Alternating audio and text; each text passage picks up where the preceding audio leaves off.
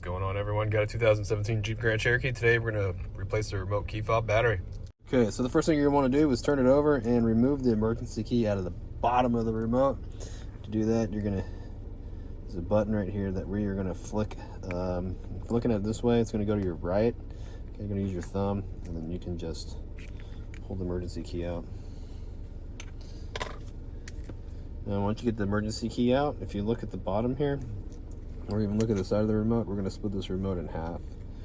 Okay, and all we're going to do is there's a slot here and there's a slot here for the emergency key. We're going to use the slot below that and a flathead screwdriver and just use it kind of like this. Okay, we want like the long side, and we want to pry it open. See how it kind of opened up right there? Just going to try to split it. All right, then we split it open. Here's the battery. Pull it right out, and I'll show you what size the battery is. Okay, here we go with the new battery. Battery size is a CR2032. Okay, with the positive sign facing down. Okay, I'm gonna put this guy back in here like this. Click it in like that, facing down. You need a battery? Check the description box. There'll be a link. Take it to Amazon. Get you a new Panasonic battery for like $1.25. All you gotta do is just take the key fob, squish it back together, close it up.